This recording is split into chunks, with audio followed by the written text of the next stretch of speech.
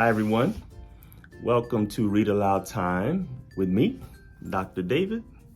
Today we will be reading a book called Little by Little by Amber Stewart and Layn Marlow. Let's get into it.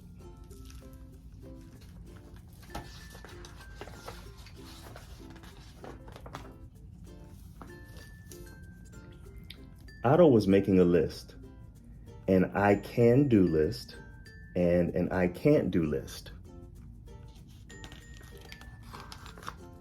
The can do side was much longer.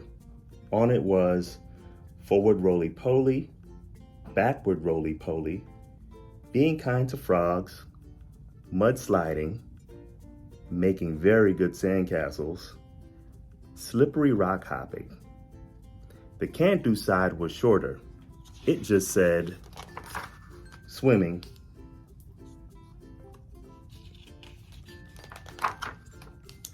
Otto, are you going to swim today? Asked Beaver. No, said Otto. Not at all? Asked Bear. Not even a little? Otto sighed and went home. Don't listen to Bear and Beaver, said his mommy when Otto told her.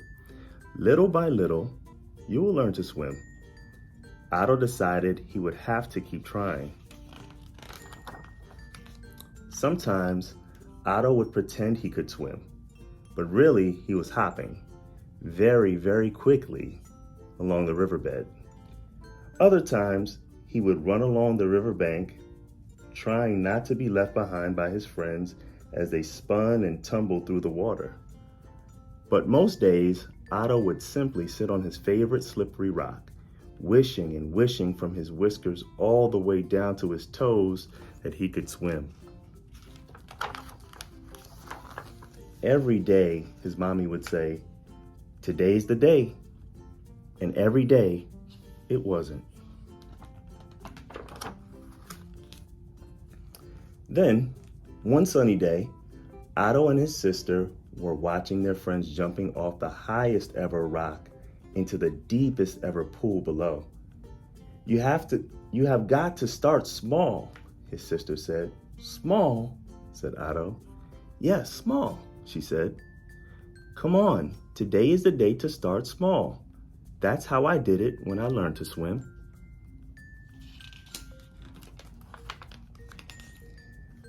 So Otto started small. He hopped along the riverbed, keeping his toes along the bottom just that little bit longer every time. Then he did higher hops with floating in between.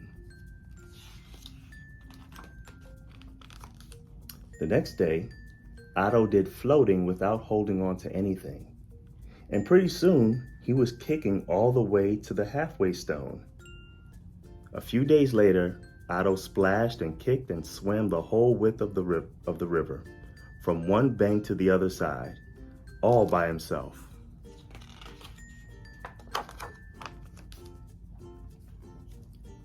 And little by little, that width became the length of the river from Otto's den to the deepest ever pool. Before long, the splashing and kicking turned into gliding, and roly-polies on the riverbank became underwater tumbling.